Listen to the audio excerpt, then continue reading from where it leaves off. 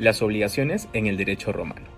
Bueno, en cuanto a su etimología, el término obligación viene del sustantivo latino obligatio, expresión que a su vez deriva de la proposición ob y del verbo ligare, que significa atar. Lo que quiere decir que por el solo hecho de asumir la obligación, el deudor queda ligado a su acreedor. Una definición que se atribuye a un glosador postclásico de Gallo se encuentra en las instituciones justinianas y que nos dice que la obligación es un vínculo de derecho que nos constriñe en la necesidad de pagar alguna cosa según el derecho de nuestra ciudad. La expresión solvendae rei debe entenderse como una referencia a cualquier índole de prestación y no únicamente a la de entregar la cosa. Si se examina con detenimiento la definición anterior, se ve que la misma está formulada en función del sujeto pasivo, o deudor. Ello se debe a que la obligación, en su estado natural, se limita a la esfera de acción de una persona, deudor, en beneficio de otra, el acreedor. Por eso no puede durar indefinidamente y está destinada a desaparecer, sea cuando el obligado cumpla la prestación prometida, en cuyo caso se dice que hay solutio, y se produce la liberación del deudor, o bien cuando surgen causas de extinción del vínculo de otra. En el viejo derecho romano, la obligación era la subjeción en que se colocaba una persona libre para garantizar la deuda que había contraído ella misma o por otra persona. En caso típico, era la práctica de un préstamo seguido de un nexum, por el cual el deudor se entregaba en prenda al acreedor hasta que, con su trabajo o por intervención de un tercero, extinguiera la deuda y obtuviera su libertad. El sistema riguroso anterior termina en el año 326 a.C. Elementos de la obligación. Bueno, la obligación crea un lazo, ¿no? Un vínculo que presupone en este caso al sujeto activo y al sujeto pasivo. El primero, el sujeto activo, vendría a ser el creditor, ¿no? Estaría sujeto de cierta forma al segundo, que es el debitor, ¿no? Para que éste preste la conducta debida. Ahora bien, el vínculo que es un lazo, ¿no?, del derecho que permite en este caso al acreedor usar todos los medios coactivos, ¿no?, para que en este caso el deudor preste, ¿no?, su comportamiento debido. De la definición de la obligación surgen tres elementos, ¿no? El primero vendría a ser el acreedor, el segundo el deudor, por último el objeto. El acreedor vendría a ser el sujeto activo, ¿no? Y puede haber varios o solo uno.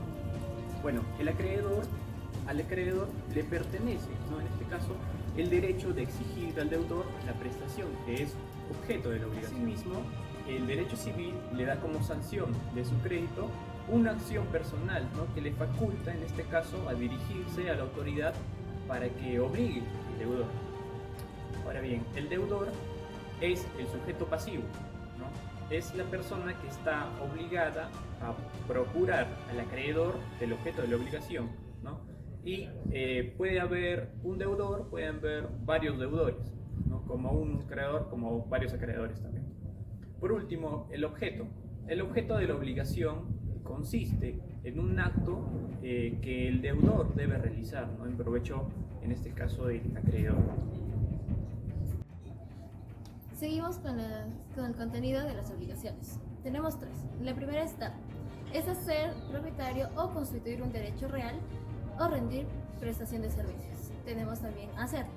Es un acto que implique observar un determinado comportamiento que comprenda la abstención y el devolver de una cosa a su propietario. Por último tenemos prestar, que es responder a algo o garantizar algo. Siempre para designar el objeto de la prestación tenemos que hablar generalmente de las prestaciones. También tenemos el débito y la responsabilidad. El débito, es decir, el deber de prestación de cierta conducta. Y la responsabilidad es lo que se otorga al creador mediante la ejecución. No siempre estas se conjugaron, pues el débito en el principio no fue estrictamente jurídico. Y la responsabilidad, para que naciera, era necesario que el acto originara a la obligación. Fuentes de las obligaciones. Se llaman fuentes de las obligaciones a aquellos hechos los cuales el ordenamiento jurídico romano les atribuía eficacia, ya que hacían surgir un vínculo entre dos o más personas. Según Gallo, las obligaciones derivan de dos fuentes, el contrato y el delito, pero en la res quotidiana surge una tercera. A esto se le denominaba clasificación tripartida de las causas de las obligaciones. Las obligaciones nacen del contrato o del delito. pero la doctrina se inclina por creer que tal división no es clásica y que la res cotidiana que atribuyen a Gallo no son de este. Los jurisconsultos romanos, al referirse a este tercer término, indicaban a veces que la obligación se desarrollaba en ellos de un modo parecido a cómo éste se desenvolvía en un procedente de un contrato determinado de los delitos. En las instituciones justinianas, la tripartición se transformó en cuatripartición, por lo tanto provienen las obligaciones de un contrato o de un cuasi-contrato, un delito o un cuasi-delito. Esto reafirma para siempre el concepto de contrato como acuerdo de voluntades producto de una obligación. Esta clasificación tiene la cualidad de señalar de forma definitiva cuáles son las principales fuentes de las obligaciones, pero adolece de efecto de que dentro de ellas no estén comprendidas todos los hechos que puedan dar origen a esto. Aparte de la ley, fuente de toda clase de derechos políticos y civiles, las obligaciones provenían de hechos ilícitos que constituían los delitos y de hechos lícitos que constituían los contratos. Pero examinando con detenimiento todas las obligaciones, Gallo señala que existen aún otras fuentes, a la cual denominó variae causarum figurae. Se definen en tres: el delito, el contrato y la variae causarum figurae. Los jurisconsultos de los siglos IV y V de nuestra era analizaron esta última, la variae causarum figurae, y definieron de que algunas se parecen a los contratos y otras se parecen a los delitos, y lo denominaron respectivamente quasi ex contrato y quasi ex delito. Esto es que casi provenían del contrato y casi provenían del delito. Siguiendo con este tema tan importante, vamos a ver lo que es la extinción de las obligaciones. En el derecho romano, la extinción de las obligaciones se daba cuando un supuesto hacía que liberaba al deudor de la obligación que tenía hacia el acreedor. En este caso, la palabra solutio significa desligar, liberar o soltar. En este caso, soltar al deudor de la obligación que tiene hacia el acreedor. Se podían dar en dos supuestos. El pago. El pago era la forma más convencional de hacer que esta obligación se extinguiera.